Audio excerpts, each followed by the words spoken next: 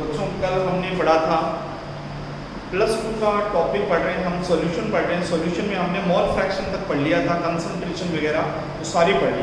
तो plus two के solution में आगे आज हम पढ़ेंगे सॉल्युबिलिटी के बारे में पढ़ेंगे, जो एक थ्योरेटिकल क्वेश्चन होता है। थ्योरेटिकल क्वेश्चन बनता है कि सॉलिड की सॉल्युबिलिटी लिक्विड में कैसे होती है, सॉल्यूशन में कैसी होती है, या फिर गैस की कैसे होती है। हम अलग अलग प्रकार के सॉल्यूट ले रहे हैं, एक तो हम सॉलिड ले रहे हैं और एक हम गैस ले रहे हैं। उस हिसाब से हम सॉल्युबिलिटी देखेंगे।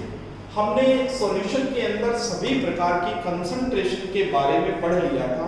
अब हम डिपेंड कर रहे हैं, हम देख रहे हैं कि सॉल्युबिलिटी, कोई भी सॉल्यूट कैसे घुलेगा।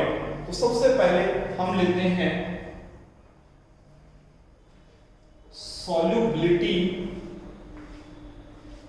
Of solid in the solvent. Solubility के बारे में देखेंगे। हम सॉल्यूशन बना रहे हैं तो सॉल्वेंट के अंदर हम जो सॉलिड सॉल्यूट है, solubility of solid in the solvent, हमारे पास सॉल्यूट जो है वो सॉलिड है और हम उसे सॉल्वेंट में, पानी में घोल रहे हैं, लिक्विड सॉल्वेंट है उसमें घोल रहे हैं। तो हम देख रहे हैं कि सॉल्युबिलिटी किस पर डिपेंड करती है, कैसे होगी।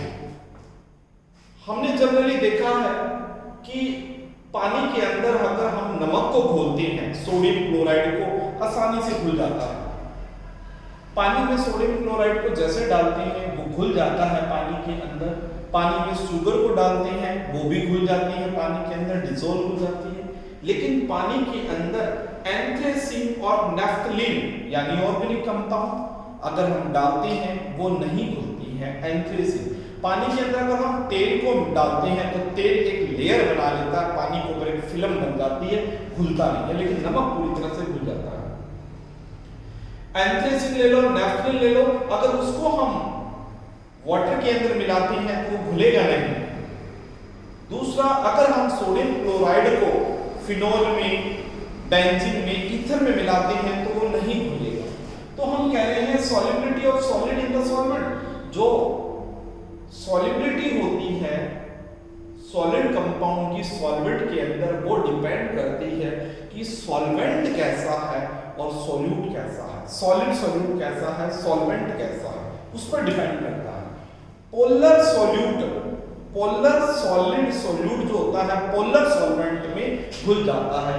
जैसे कोई भी आयनिक कंपाउंड ले लो, सोडियम क्लोराइड, वो पानी में घुल जाता है क्योंकि सोडियम क्लोराइड जो होता है वो पोलर होता है। Sodium chloride NaCl polar compound है, पोलर कंपाउंड है और ये है सॉल्यूट। और जो वाटर है H2O सॉल्वेंट है और ये भी क्या होता है, पोलर होता है, पोलर पोलर सॉल्वेंट या पोलर कंपाउंड। तो पानी के अंदर NaCl आसानी से घुल जाता है क्योंकि सोडियम क्लोराइड एक सॉलिड है लेकिन वो पोलर कंपाउंड है और पानी के अंदर घुल जाता है। लेकिन इसी बात करें एंथ्रेसीन एंड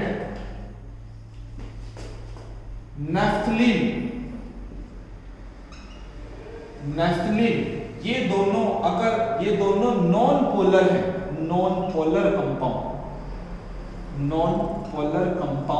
अगर इनको वाटर में मिलाते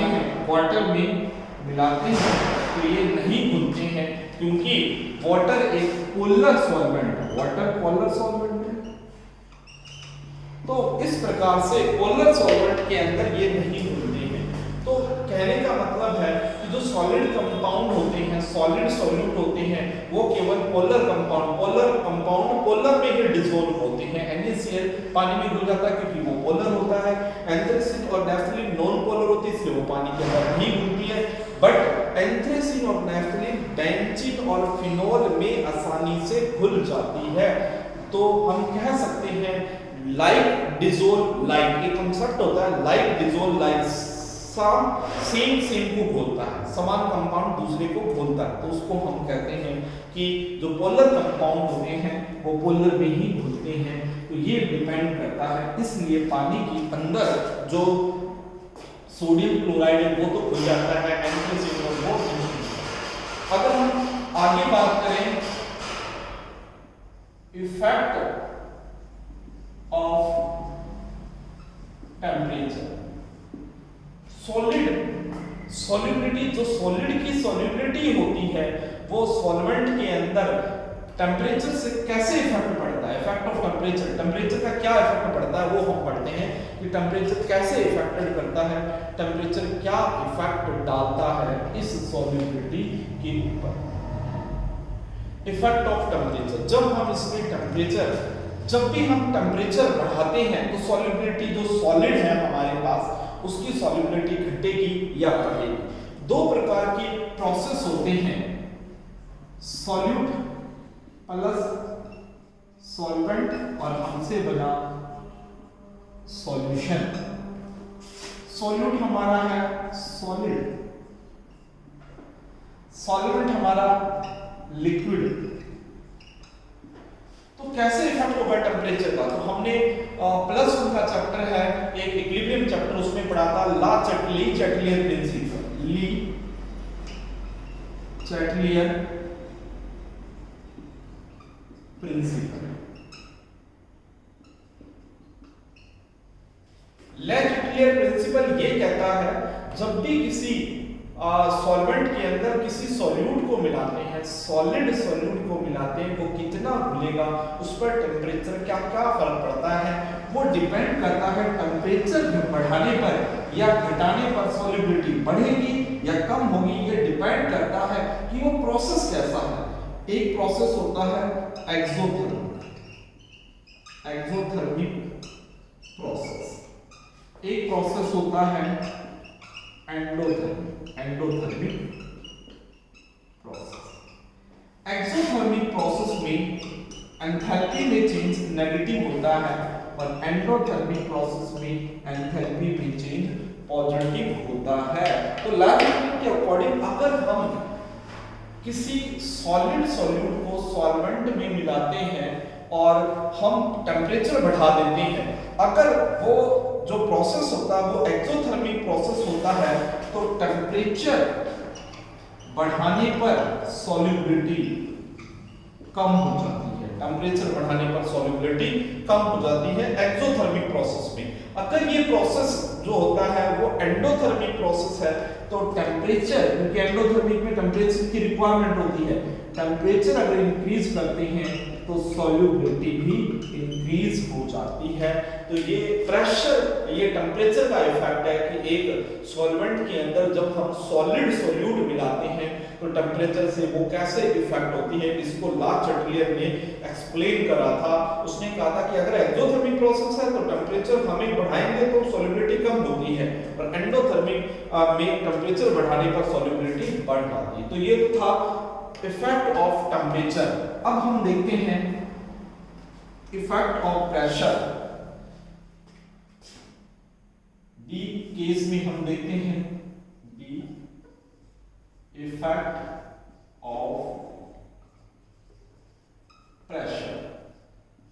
इफेक्ट ऑफ प्रेशर, जब भी हम किसी सॉलिड को, कोई सॉलिड सॉल्यूट को सॉल्वेंट में मिलाते हैं तो उस पर प्रेशर का कोई इफेक्ट नहीं होता।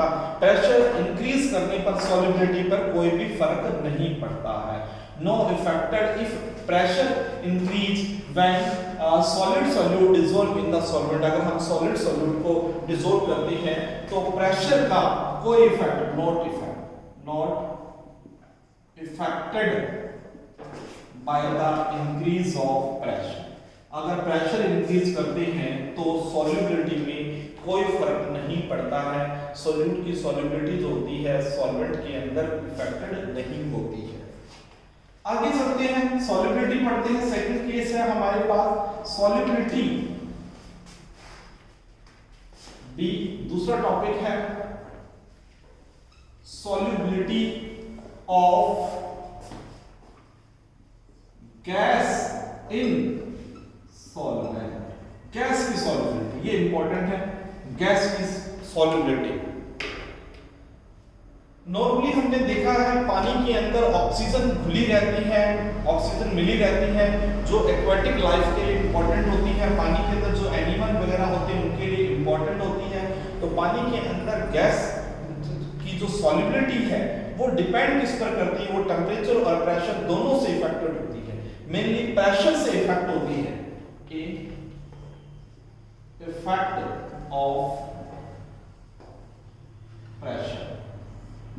अगर हम प्रेशर बढ़ाते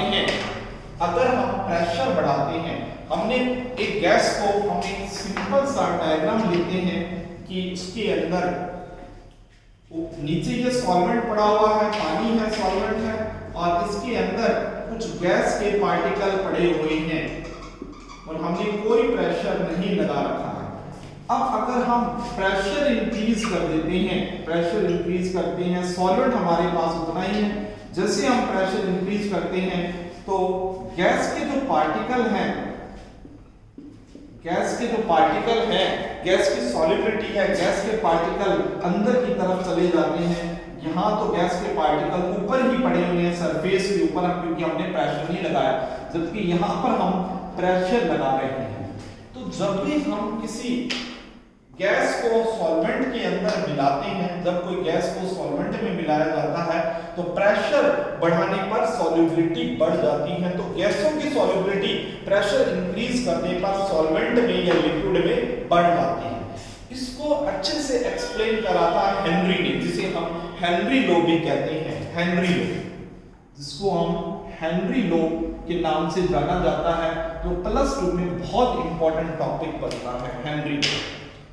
हेनरी ने ऐसे कहा था कि जब भी किसी भी गैस को, जब सॉल्यूट गैस होता है उसको हम किसी सॉल्वेंट के अंदर मिलाते हैं, तो जैसे जैसे हम प्रेशर इंक्रीज करते हैं, पार्शियल प्रेशर इंक्रीज करते हैं, तो गैसों की सॉल्युबिलिटी भी बढ़ने लग जाती है।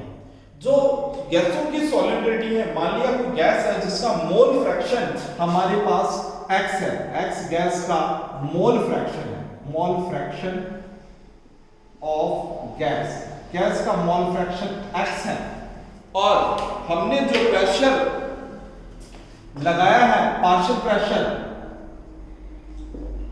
प्रेशर है वो P है। तो हेनरी कहता है कि जो मोल फ्रैक्शन है, जो गैस का मोल फ्रैक्शन x है, वो डिपेंड करता है कितनी गैस उसके अंदर, सॉल्वेंट के अंदर मिक्स हो जाएगी, घुल जाएगी, वो डायरेक्टली प्रोपोर्शनल होती है partial pressure of gas directly proportional to mole fraction of gas के मोल फ्रैक्शन के डायरेक्टली प्रोपोर्शनल होती है P directly proportional to x, और P is equal to KH x, P is equal to KH x। ये आता है Henry law, जो बहुत ही इंपॉर्टेंट है, एग्जाम में पूछते हैं। हेनरी ने कहा था कि जैसे जैसे हम पार्शियल प्रेशर बढ़ाते हैं, हम लिक्विड के ऊपर पार्शियल प्रेशर बढ़ाते हैं, तो पार्शियल प्रेशर जितना ज्यादा करेंगे, जो मोल फ्रैक्शन होगा गैस का वो उतना ज्यादा घुलेगा, गैस उतनी ज्यादा सॉल्वेंट के अंदर मिल जाएगी, मिक्स हो जाएगी। तो partial pressure directly proportional to x, जहां KH को हेनरी कांस्टेंट कहते हैं, KH हेनरी कांस्टेंट। अलग अलग गैसों के लिए KH की वैल्यू अलग अलग होती है, HCl के लिए देखें अलग अलग होती है, अलग अलग गैसों के लिए हेनरी कांस्टेंट की वैल्यू अलग होती है। तो जो हेनरी लॉ होता है वो एक्सप्लेन करता है कुछ इंपॉर्टेंट फिनोमिना को, जैसे कि पानी के अंदर जो एक्वेटिक एनिमल्स है वो घुले रहते हैं, पानी के अंदर ऑक्सीजन घुली रहती है, कोल्ड ड्रिंक्स और सोडा वाटर के अंदर CO2 को घोलते हैं, वो भी हम कुछ पार्शियल प्रेशर को इंक्रीज करके घोलते हैं।